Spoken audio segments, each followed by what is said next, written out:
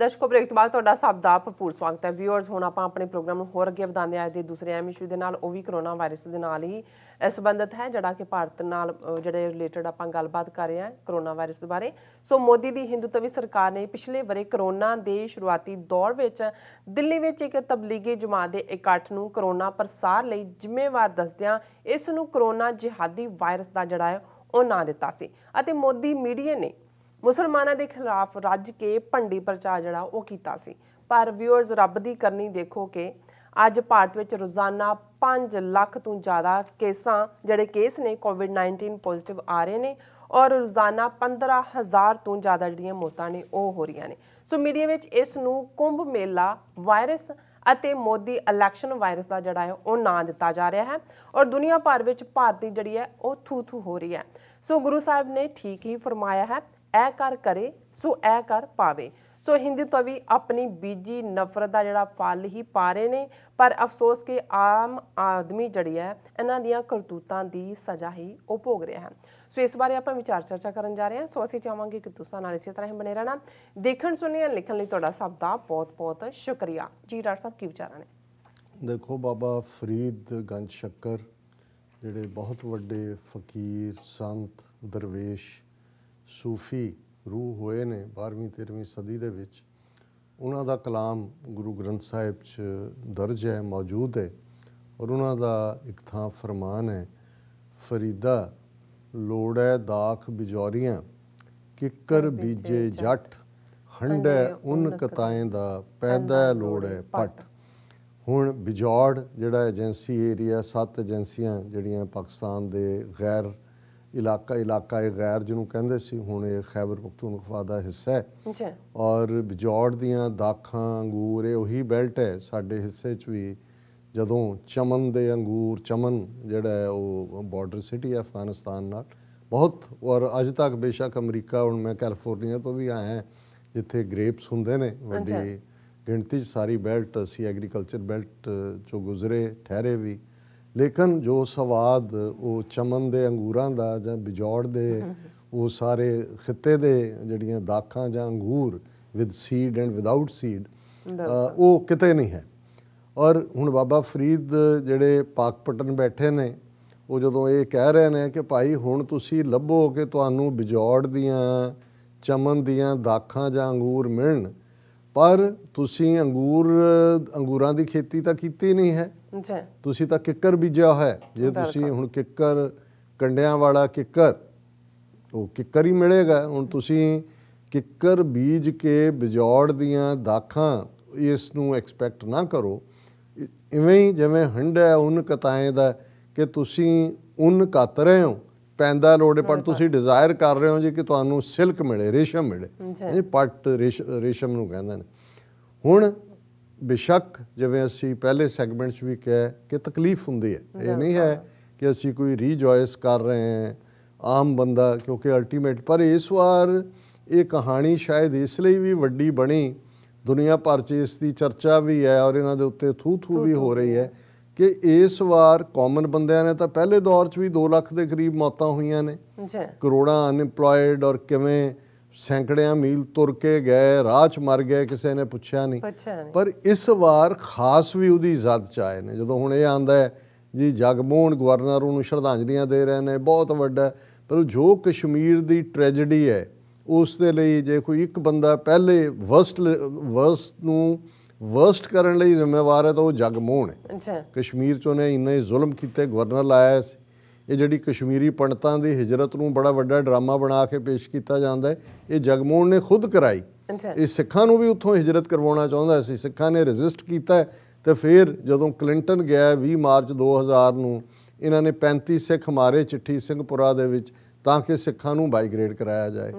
ਇਹੀ ਜਗਮੋਹਨ ਦਿੱਲੀ ਦੇ ਵਿੱਚ ਹੁੰਦੇ ਆ ਸੰਜੇ ਗਾਂਧੀ ਦਾ ਯਾਰ, ਔਰ ਇਹਨਾਂ ਨੇ ਜੋ ਤੁਰਕਮਾਨ ਗੇਟ ਔਰ ਦੂਸਰੀਆਂ ਆਬਾਦੀਆਂ, ਦਰਗਾਹਾਂ, ਮਸੀਤਾਂ ਢਾਈਆਂ ਕਿ ਜੀ ਚੌੜਾ, ਉਹੀ ਹੁਣ ਮਰ ਗਿਆ ਉਹ ਵੀ, ਤੇ ਉਹਨੂੰ ਐਂ ਸ਼ਰਧਾਂਜਲੀਆਂ ਦੇ ਰਹੇ ਨੇ ਕਿ ਜਿਵੇਂ ਮਹਾਤਮਾ ਬੁੱਧ ਦਾ ਅਵਤਾਰ ਹੋਏ। ਹੁਣ ਬਰਖਾ ਦਾਦੀ ਅਸੀਂ ਗੱਲ ਕੀਤੀ ਉਹਦਾ, ਔਰ ਕਿੰਨੇ ਹੋਰ। ਹੁਣ ਤਾਂ ਇਹ ਵੀ ਜਿਹੜੇ ਬਾਹਰ, ਕਿਉਂਕਿ ਜ਼ਾਹਰ ਹੈ ਦਿੱਲੀ ਕੈਪੀਟਲ ਹੈ, ਕਿਸੇ ਵੇਲੇ ਅੱਜ ਤੋਂ ਕੁਛ ਮਹੀਨੇ ਪਹਿਲਾਂ ਤੱਕ rape capital of the world ਇਹਨੂੰ ਕਹਿੰਦੇ ਸੀ, ਔਰ ਇਹ ਡਾਇਰੈਕਟਿਵ ਹੁੰਦੇ ਸੀ ਟੂਰਿਸਟ ਨੂੰ, ਜਿਹੜੇ ਮੁਲਕ ਜਿਹੜੇ ਯਾਤਰੂ ਜਾਂਦੇ ਨੇ ਕਿ ਜੀ ਆਪਣਾ ਧਿਆਨ ਰੱਖੋ, ਨਾਟ ਸੇਫ ਫॉर women। ਹੁਣ ਹਾਲਾਤ ਇਹ ਬਣ ਗਏ ਕਿ all of India is not safe for anybody. ਔਰ ਅਸੀਂ ਦੇਖਦੇ ਹਾਂ ਕਿਵੇਂ ਫਲਾਈਟਸ ਮੁਲਕਾਂ ਨੇ ਬੰਦ ਕੀਤੀਆਂ, ਕਿਵੇਂ ਉੱਥੇ ਵੀ ਮਰ ਰਹੇ ਨੇ। ਔਰ ਇਹ ਖਬਰ ਹੈ ਕਿ ਤਨਜ਼ਾਨੀਆ ਦਾ ਜਿਹੜਾ ਡਿਫੈਂਸ ਅਟੈਸ਼ੀ ਬ੍ਰਿਗੇਡੀਅਰ ਰੈਂਕ ਹੁੰਦਾ ਯੂਜਲੀ, ਉਹਦੀ ਡੈਥ ਹੋਈ ਹੈ।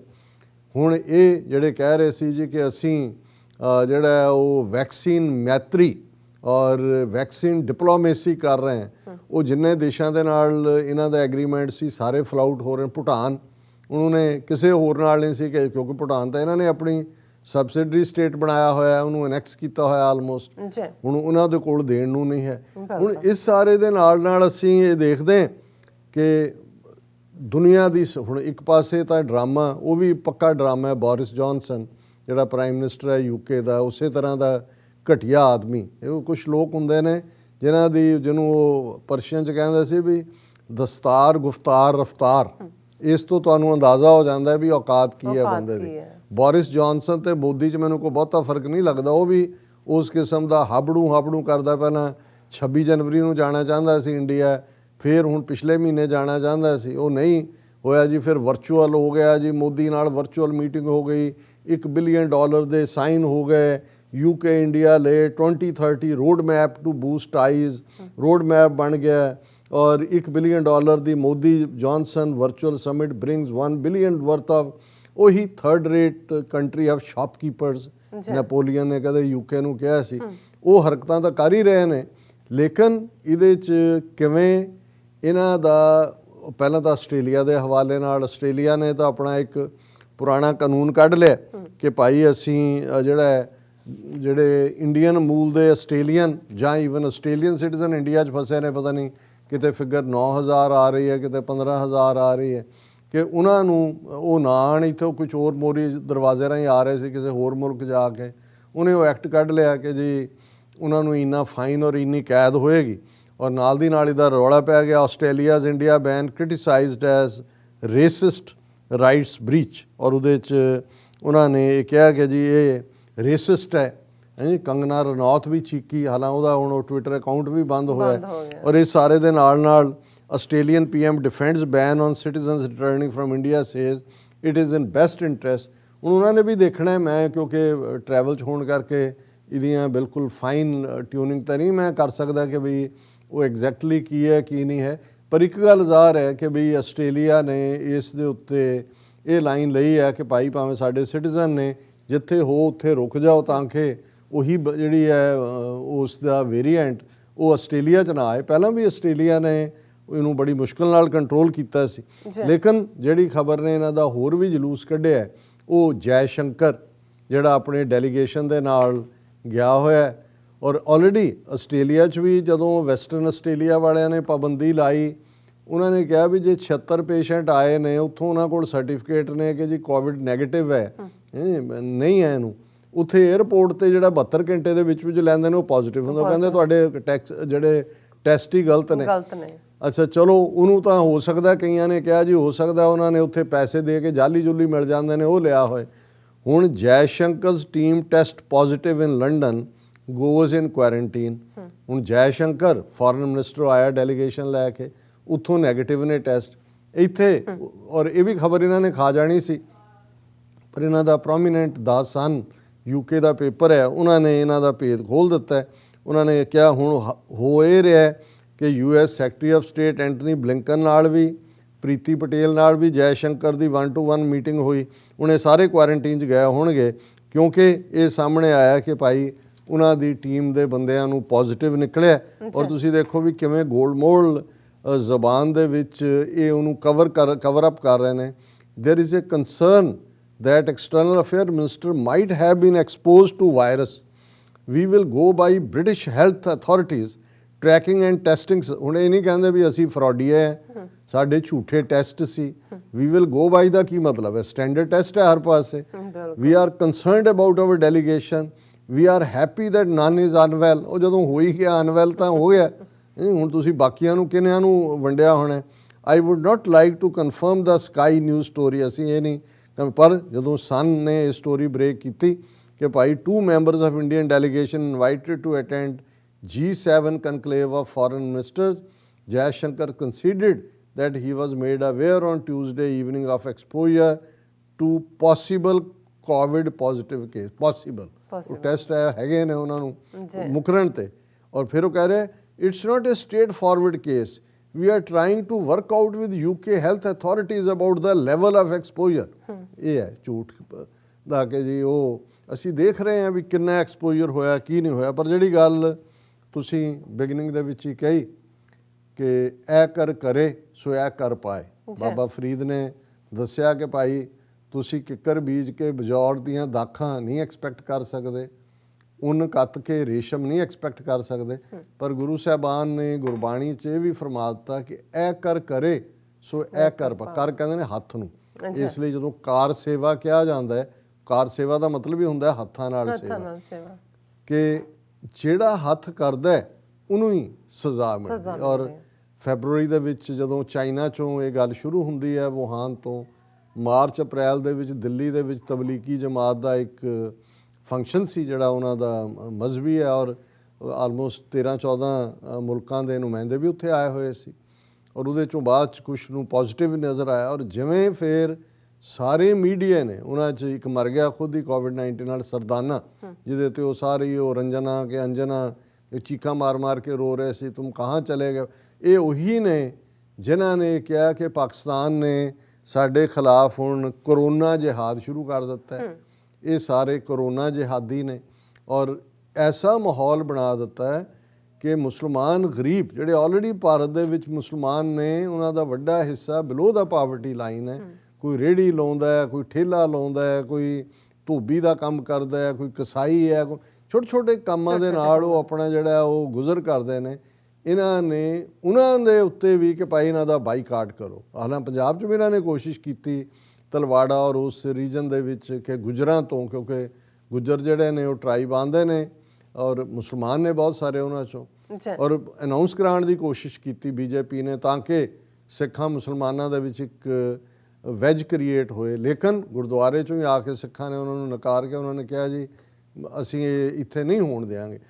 ਹੁਣ ਇਹ ਸਮਝਦੇ ਸੀ ਕਿ ਭਾਈ ਆਮ ਸਾਡੀ ਪੰਜਾਬੀ 'ਚ ਵੀ ਕਹਿੰਦੇ ਨੇ ਕਿ ਭਾਈ ਦੂਸਰੇ ਦੇ ਘਰ ਲੱਗੀ ਅੱਗ ਬਸੰਤਰ ਹੁੰਦੀ ਹੈ। ਬਸੰਤਰ ਬਸੰਤ ਪੰਜਵੀਂ ਤੋਂ ਹੀ ਆਇਆ ਲਫ਼ਜ਼, ਕਿਉਂਕਿ ਬਸੰਤ ਦੇ ਵਿੱਚ ਜੋ ਬਸੰਤ ਦਾ ਰੰਗ ਹੈ ਉਸ ਕਿਸਮ ਦਾ ਯੈਲੋ। ਉਹਨੂੰ ਕਿਹਾ ਜੀ ਜੇ ਕਿਸੇ ਦੇ ਲੱਗੀ ਹੋਏ ਤਾਂ ਬੰਦਾ ਕਹਿੰਦਾ ਵਾਹ ਕਿਆ, ਕਿਉਂਕਿ ਲੱਗੀ ਅੱਗ ਇੱਕ ਬਸੰਤ ਵਰਗਾ ਰੰਗ ਹੁੰਦਾ, ਪਰ ਉਹ ਕਹਿੰਦੇ ਜਦੋਂ ਆਪਣੇ ਲੱਗ ਜਾਂਦੇ ਨਾ ਉਦੋਂ ਹੀ ਅੱਗ ਹੁੰਦੀ ਹੈ। ਸੋ ਇਹਨਾਂ ਨੇ ਮੁਸਲਮਾਨ ਸਾਰੇ ਹੀ ਮਜ਼ਹਬ ਨੂੰ ਬਦਨਾਮ ਕੀਤਾ, ਭਾਰਤ ਦੇ ਮੁਸਲਮਾਨਾਂ ਨੂੰ ਇਨਸਿਕਿਉਰ ਕੀਤਾ। ਫਿਰ ਉਸੇ ਪੀਰੀਅਡ 'ਚ ਨਵਾਂ ਸ਼ਹਿਰ ਤੋਂ ਨਾਲ ਸੰਬੰਧਿਤ ਇੱਕ ਇਟਲੀ 'ਚੋਂ ਗਿਆ ਹੋਇਆ ਸਿੱਖ ਜਿਹੜਾ ਕਰੋਨਾ ਦੇ ਨਾਲ ਜਿਹਦੀ ਮੌਤ ਹੋਈ, ਇਹਨਾਂ ਨੇ ਉਹਨਾਂ ਨੂੰ ਵੀ ਲਬੇੜ ਲਿਆ ਕਿ ਜੀ ਇਹ ਕਿਉਂਕਿ ਡਾਇਸਪੋਰਾ ਸਿੱਖਾਂ ਨੂੰ ਤਾਂ ਬਦਨਾਮ ਕਰ ਹੀ ਰਹੇ ਸੀ ਕਿ ਵੀ ਇਹ ਉੱਥੋਂ ਆਏ।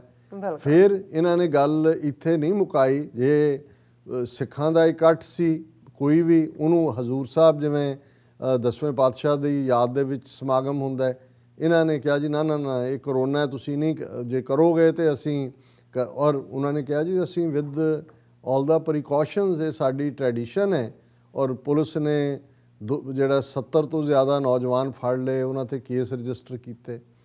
ਹੁਣ ਰਮਜ਼ਾਨ ਦਾ ਸ਼ੁਰੂ ਹੋਣ ਤੋਂ ਪਹਿਲਾਂ ਰੋਜ਼ੇ ਵੱਡੀਆਂ ਮਸੀਤਾਂ 'ਚ ਵੀ ਦਿੱਲੀ 'ਚ ਉਹਨਾਂ ਨੇ ਕਿਹਾ ਜੀ ਨਾ 20 ਤੋਂ 25, ਉਹ ਵੀ ਡਿਸਟੈਂਸ ਦੇ ਉੱਤੇ 6-6 ਫੁੱਟ ਦੇ। ਬਾਕੀਆਂ ਨੂੰ ਯੂਪੀ 'ਚ ਕਈ ਥਾਂ ਉਹਨਾਂ ਨੇ ਬਿਲਕੁਲ ਹੀ ਮਸੀਤਾਂ ਬੰਦ ਕਰਨ ਦੀ ਲਾਈਨ ਲੈ ਲਈ। ਤੇ ਇਧਰ ਕੁੰਭ ਮੇਲਾ, 1 ਕਰੋੜ ਤੋਂ ਜ਼ਿਆਦਾ ਲੋਕ, ਔਰ ਜ਼ਾਹਰ ਹੈ ਕਿ ਇਹਨਾਂ ਨੇ ਤਾਂ ਨਾਜਾਇਜ਼ ਲਫ਼ਜ਼ ਕਰੋਨਾ ਜਿਹਾਦ ਘੜਿਆ ਸੀ, ਪਰ ਉੱਥੇ ਜੈਨੂਅਨਲੀ ਲੋਕ ਕਹਿਣ ਲੱਗ ਗਏ ਕਿ ਕੁੰਭ ਕਰੋਨਾ ਹੈ। ਕਿ ਉਹ ਜਿੱਥੇ ਜਿੱਥੇ ਗਏ ਅੱਜ ਜੋ ਹਾਲ ਹੈ, ਜੋ ਇਲਾਹਾਬਾਦ ਹਾਈ ਕੋਰਟ ਨੇ ਕਿਹਾ ਵੀ ਤੁਸੀਂ ਜੈਨੋਸਾਈਡ ਕਮਿਟ ਕਰ ਰਹੇ ਹੋ, ਆਕਸੀਜਨ ਸਪਲਾਈ ਨਹੀਂ ਹੋ ਰਹੀ ਔਰ ਮਰ ਰਹੇ ਨੇ ਯੂਪੀ ਦੇ ਵਿੱਚ ਲੋਕ। ਉਹਦੇ 'ਚ ਵੱਡਾ ਤਬਕਾ ਉਹ ਹੈ ਜਿਹੜਾ ਕੁੰਭ ਕਰੋਨਾ ਲੈ ਕੇ ਆਇਆ। ਫਿਰ ਮੋਦੀ ਜਿਹੜਾ ਛੱਤੀਸਗੜ੍ਹ ਔਰ ਦੂਸਰੇ ਚੋਣ ਰੈਲੀਆਂ 'ਚ ਖਲੋ ਕੇ ਕਹਿੰਦਾ ਸੀ ਕਿ ਜੀ ਇਹ ਉਦੋਂ ਚੱਲ ਰਿਹਾ ਸੀ CA ਦੇ ਖਿਲਾਫ ਐਜੀਟੇਸ਼ਨ, ਔਰ ਇੱਕ ਅੱਧੀ ਥਾਂ ਤੇ ਪ੍ਰੋਟੈਸਟ ਨੂੰ ਕਹਿ ਕੇ ਕਿ ਆਪ ਕੱਪੜੋਂ ਸੇ ਅੰਦਾਜ਼ਾ ਲਗਾ ਸਕਤੇ ਹੋ ਕਿ ਕੌਣ ਕਿਆ ਕਰ ਰਹਾ ਹੈ। ਮਤਲਬ ਇਹ ਹੈ कि ਜਿਹੜੇ ਮੁੱਲਾ ਹੈ ਸਿਰ ਤੇ ਉਹਦੇ ਟੋਪੀ ਹੈ ਇਸਲਾਮੀ ਜਾਂ ਦਾੜੀ ਹੈ ਉਹ ਸਮਝੋ ਕਿ ਵੀ ਇਹ ਦਹਿਸ਼ਤਗਰਦ ਨੇ, ਇਹ ਉਹ ਕਹਿਣਾ ਚਾਹੁੰਦਾ ਸੀ। ਅੱਛਾ ਪਰ ਹੁਣ ਹਰ ਇੱਕ ਦੀ ਜ਼ਬਾਨ ਤੇ ਹੈ ਕਿ ਇਹ ਇਲੈਕਸ਼ਨ ਵਾਇਰਸ, ਜਿਹੜੀ ਮੋਦੀ ਇਲੈਕਸ਼ਨ ਵਾਇਰਸ, ਜਿਵੇਂ ਮੋਦੀ ਨੇ 30 ਤੋਂ ਜ਼ਿਆਦਾ ਯੂਪੀ 'ਚ ਉਹਦੇ 'ਚ ਬੰਗਾਲ 'ਚ ਅਮਿਤ ਸ਼ਾਹ ਨੇ ਔਰ ਲੱਖਾਂ ਲੋਕ ਕਿਵੇਂ ਇਹਨਾਂ 5 ਸਟੇਟਾਂ 'ਚ ਬੰਗਾਲ ਹੋਏ, ਤਮਿਲਨਾਡੂ ਹੋਏ, ਪੌਂਡੇਚੇਰੀ ਹੋਏ, ਅਸਾਮ ਹੋਏ, ਇਹਨਾਂ ਸਾਰੀਆਂ ਥਾਵਾਂ ਦੇ ਉੱਤੇ ਜੋ ਇਹਨਾਂ ਨੇ ਇਹ ਚੋਣਾਂ ਦੇ ਨਾਂ ਥੱਲੇ ਸਾਰੇ ਉਸ ਖਿੱਤੇ 'ਚ ਵੀ ਕੇਰਲਾ ਹੋਏ। ਅੱਛਾ ਔਰ ਹੁਣ ਅੱਜ ਉਹੀ ਜਿਹੜੀਆਂ ਨੇ ਵਾਪਸ ਮੂੰਹ ਦੇ ਵਿੱਚ ਇਹਨਾਂ ਦੇ ਗੱਲਾਂ ਆ ਰਹੀਆਂ ਨੇ।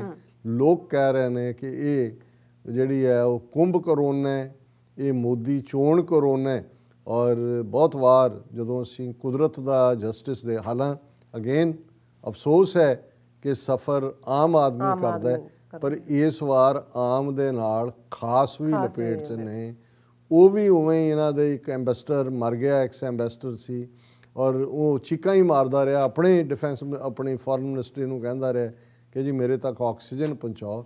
ਔਰ ਇਸ ਵੇਲੇ ਉੱਥੇ ਹਾਲ ਇਹ ਹੈ ਕਿ 4 ਚਫੇਰੇ ਚੀਕਾਂ ਨੇ। ਔਰ ਇਹ ਗੱਲ ਬਜਾਏ ਕਿ ਜਦੋਂ ਇਹ ਫੈਬਰਵਰੀ ਦੇ ਵਿੱਚ ਇਹ ਚੈਲੰਜ ਸਾਹਮਣੇ ਆਉਂਦਾ ਹੈ, ਇਹ ਠੀਕ ਹੈ ਅਮਰੀਕਾ ਵੀ, ਯੂਰਪ ਦੇ ਮੁਲਕ ਵੀ ਪਹਿਲੇ ਦੌਰ ਦੇ ਵਿੱਚ ਨਹੀਂ ਸਮਝ ਸਕੇ, ਪਰ ਉਹਨਾਂ ਨੇ ਫੌਰਨ ਇਸ ਦੇ ਉੱਤੇ ਪ੍ਰਬੰਧ ਕੀਤੇ, ਵੈਕਸੀਨ ਦੇ ਉੱਤੇ ਇਨਵੈਸਟ ਕੀਤਾ, ਲੋਕਾਂ ਨੂੰ ਪ੍ਰੀਕਾਸ਼ਨਸ ਦਿੱਤੀਆਂ। ਪਰ ਇੱਧਰ ਤਾਂ ਮੋਦੀ ਨੇ ਕਿਹਾ ਆਪਦਾ ਮੇਂ ਅਵਸਰ ਢੂੰਢੋ, ਕਿ ਫਾਈਂਡ ਐਨ ਓਪਰਚੁਨਿਟੀ ਈਵਨ ਇਨ ਟਰਬਲ, ਕਿ ਜਦੋਂ ਮੁਸੀਬਤ ਹੈ, ਕ੍ਰਾਈਸਿਸ ਹੈ, ਉਦੋਂ ਵੀ ਤੁਸੀਂ, ਔਰ ਇਹਨਾਂ ਨੇ ਮੌਕਾ ਲੱਭਿਆ। ਇਹਨੇ ਕਿਹਾ ਜੀ ਚੋਣਾਂ ਕਰ ਲਓ, 3 ਖੇਤੀ ਕਾਨੂੰਨ ਜੂਨ 2020 ਦੇ ਵਿੱਚ ਲਿਆਂਦੇ, ਪਹਿਲਾਂ ਆਰਡੀਨੈਂਸ ਲਿਆਂਦੇ 6 ਮਹੀਨੇ ਦੇ ਵਿੱਚ ਕਾਨੂੰਨ ਬਣਾ ਦਿੱਤੇ। ਕਿਵੇਂ ਇਹਨਾਂ ਨੇ ਇਲੈਕਸ਼ਨਾਂ ਕਰਾਉਣ ਦਾ ਕਿ ਭਾਈ ਇਹ ਜਿਹੜੀਆਂ ਵੈਸਟ ਬੰਗਾਲ ਜਾਂ ਤਮਿਲਨਾਡੂ ਜਾਂ ਕੇਰਲਾ ਸਟੇਟਾਂ ਨੇ ਇਹਨਾਂ 'ਤੇ ਵੀ ਜਾ ਕੇ ਕਬਜ਼ਾ ਕਰ ਲਓ। ਔਰ ਹੋਰ ਕਿੰਨੇ ਜਿਹੜੇ ਨੇ, ਦਿੱਲੀ ਦਾ ਹਾਲ ਕੀ ਕਰ ਦਿੱਤਾ ਕਿ ਉਹਦੇ ਚੀਫ ਮਿਨਿਸਟਰ ਨੂੰ ਬਿਲਕੁਲ ਮਿਊਨਿਸਪਲ ਕਮੇਟੀ ਚੇਅਰਮੈਨ ਬਣਾ ਦਿੱਤਾ, ਸਾਰੀਆਂ ਪਾਵਰਸ ਲੈਫਟੀਨੈਂਟ ਗਵਰਨਰ ਦੇ ਕੋਲ। ਫਿਰ ਅਸੀਂ ਦੇਖਦੇ ਹਾਂ ਕਿ ਕਸ਼ਮੀਰ, ਬੇਸ਼ੱਕ 5 ਅਗਸਤ 2019 ਨੂੰ ਕਸ਼ਮੀਰ ਦਾ ਸਟੇਟਸ ਖਤਮ ਕੀਤਾ ਗਿਆ ਆਈਨੀ ਗੁੰਡਾਗਰਦੀ ਕਰਕੇ, ਪਰ ਸਾਰੇ 2020 ਦੇ ਵਿੱਚ ਇਹਨਾਂ ਨੇ ਕਿਵੇਂ 3 ਡਰਟੀ ਡੀਜ਼ ਕਸ਼ਮੀਰ 'ਚ, ਡੈਮੋਗ੍ਰਾਫਿਕ ਚੇਂਜ, ਰੀਡਿਸਟ੍ਰਿਕਟਿੰਗ ਉਹ ਸਾਰੇ ਦੀ, ਔਰ ਉਸ ਸਾਰੇ ਨੂੰ ਕਿਵੇਂ ਡੋਮੀਸਾਈਲ, ਲੱਖਾਂ ਦੀ ਗਿਣਤੀ 'ਚ ਡੋਮੀਸਾਈਲ ਦਿੱਤੇ। ਹੁਣ ਦੇਖੋ ਅਸੀਂ ਸਾਰੇ ਈਮਾਨ ਵਾਲੇ ਲੋਕ ਰੱਬ 'ਚ ਯਕੀਨ ਰੱਖਦੇ ਹਾਂ, ਹਾਲਾਂ ਸਾਨੂੰ ਨਹੀਂ ਪਤਾ ਰੱਬ ਦਾ ਜਸਟਿਸ ਸਿਸਟਮ ਕਿਵੇਂ ਕੰਮ ਕਰਦਾ ਹੈ, ਉਹਦੇ 'ਤੇ ਬਹੁਤ ਸਾਰੀਆਂ ਗੱਲਾਂ ਲੋਕਾਂ ਦੇ ਵਿੱਚ ਚੱਲਦੀਆਂ ਨੇ। ਬਹੁਤ ਵਾਰ ਇਹ ਵੀ ਹੁੰਦਾ ਹੈ ਕਿ ਭਾਈ ਵਾਹਿਗੁਰੂ ਦੀ ਲਾਠੀ ਬੇਆਵਾਜ਼ ਹੁੰਦੀ ਹੈ ਪਰ ਵੱਜਦੀ ਜ਼ਰੂਰ ਹੈ। ਫਿਰ ਇਹ ਵੀ ਹੁੰਦਾ ਹੈ ਕਿ ਭਾਈ ਅਲਟੀਮੇਟਲੀ ਰੱਬ ਦੇਖਦਾ ਹੈ, ਔਰ ਰੱਬ ਜਿਹੜਾ ਹੈ ਉਹ ਤੁਹਾਨੂੰ ਤੁਹਾਡੇ ਕੀਤੇ ਦੀ ਸਜ਼ਾ ਦਿੰਦਾ ਹੈ। ਅਤੇ ਜੇ ਕੁਦਰਤ ਦੇ ਅਸੀਂ ਵੈਸੇ ਵੀ ਇਹ ਸਾਰੇ ਜਿਹੜੇ ਨੌਨ ਬਿਲੀਵਰ ਵੀ ਨੇ ਉਹ ਇਹ ਤਾਂ ਮੰਨਦੇ ਨੇ ਨਾ ਕਿ ਭਾਈ ਜਿਹਾ ਬੀਜੈ ਸੋ, ਜੋ ਤੁਸੀਂ ਬੀਜਦੇ ਹੋ ਉਹ ਵੱਢਦੇ ਹੋ, ਤੁਸੀਂ ਕਣਕ ਬੀਜਦੇ ਹੋ ਤਾਂ ਕਣਕ ਵੱਢੋਗੇ।